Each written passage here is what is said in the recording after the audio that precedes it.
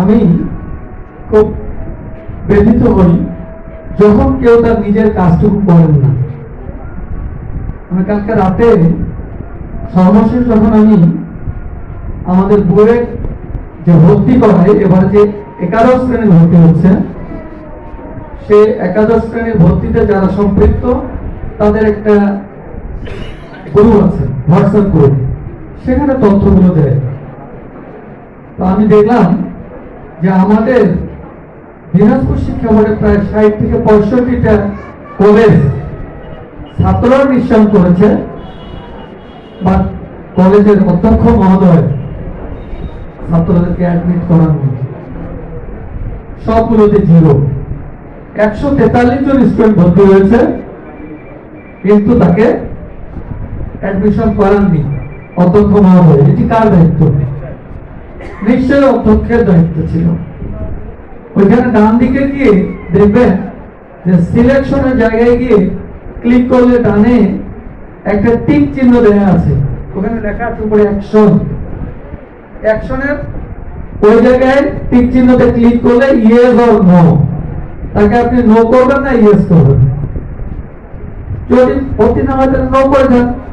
No করলে তার কিন্তু আমার কাছে এসে নিশ্চয় করতে হয় না, সে ওখানেই বাতিল হয়ে গেল।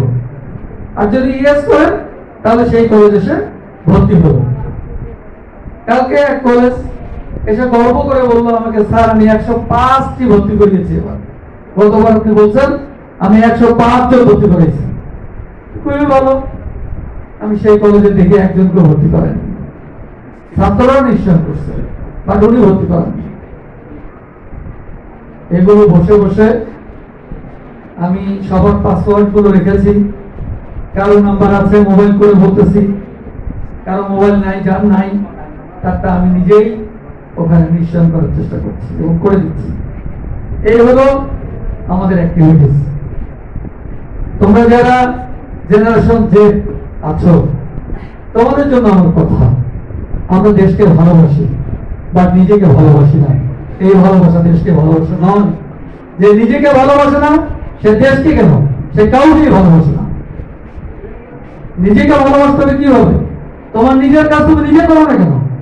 তুমি এখানে কতজন, এবারে কতজন বলতেছে? 200, 175 বা 40, কত? 140 জন। 140 জন যদি সবাই নিজের কাজটা সুন্দরভাবে সুচারুরূপে করে, তাহলে বাংলাদেশের কত পার্সেন্ট লোক কাজ করবে? বাংলাদেশ এগিয়ে যাবে না? অবশ্যই বাংলাদেশ শতকরা হারে